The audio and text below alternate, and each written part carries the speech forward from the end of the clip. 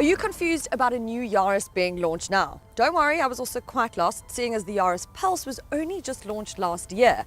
But that's now gone, we're done with that, and this is in fact the all-new Toyota Yaris. It's on a new platform and is even slightly bigger. The original was launched back in 2005, and I remember it was so cool. I wanted one, my friends wanted one, but then it just became a bit mundane. And the likes of the Volkswagen Polo and Ford Fiesta were breathing down its neck, and it sort of just got lost amongst the crowd. So last year, we saw Toyota try and breathe some more life into this compact hatch. And with this new model, we are seeing even more fire. Dimensionally, it has even grown, 165 millimeters in length.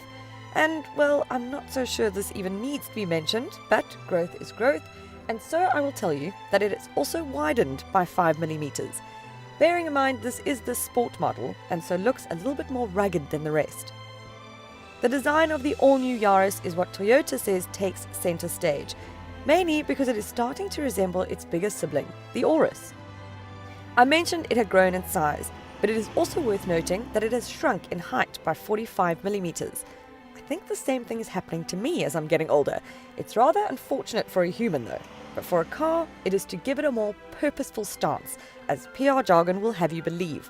It does look sportier though, doesn't it? And if the colour of your car is what is most important, you will have 7 to choose from, which include 2 new colours, Inferno Metallic and Dark Blue Metallic.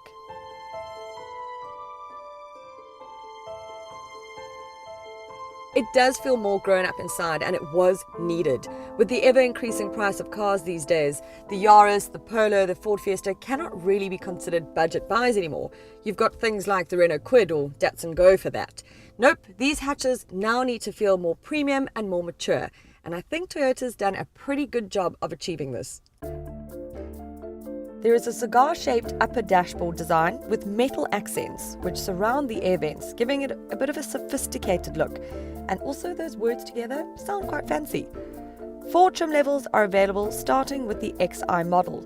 The base model still boasts features such as keyless entry and push start button, a 4-speaker audio system with USB and Bluetooth functionality, multi-information display, electric mirrors, front electric windows, power steering and manual air conditioning.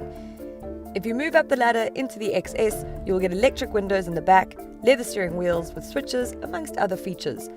The Cross model is based on the XS and gets the cross kit, such as roof rails, black side moulding and a few other rugged looking tweaks. But this is the top of the range sport model and gets a whole host of sporty features, such as red stitched leather steering wheel, 2 additional speakers, leather seats and climate control.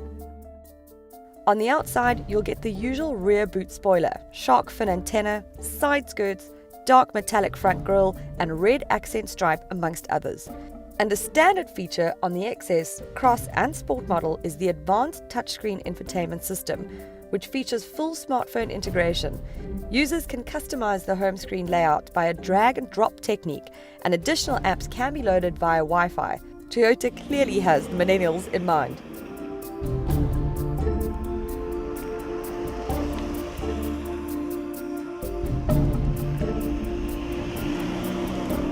Under the bonnet is a 1.5-litre 4-cylinder petrol engine with rather conservative outputs of just 79 kilowatts and 140 newton meters of torque, and you'll feel just how conservative when you try push it up a hill. It's a little bit pumped.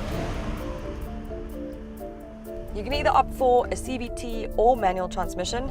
My argument is, if you're in town, the convenience of a CVT will do the trick, but if you're going to hit the open road, then the manual is going to be the choice you want to make, because it will just help with the frustration a bit if it's only a 5-speed.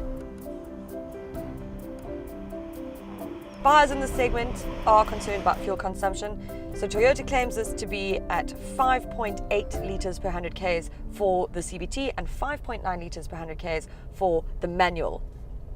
I'd like to know what I'm currently doing, but this does not show.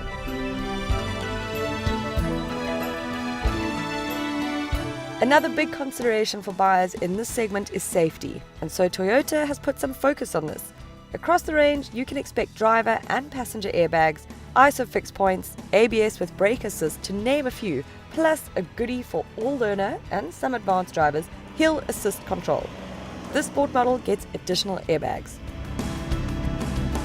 The entry-level Yaris will cost you just over 230,000 Rand, which is cheaper than the Polo.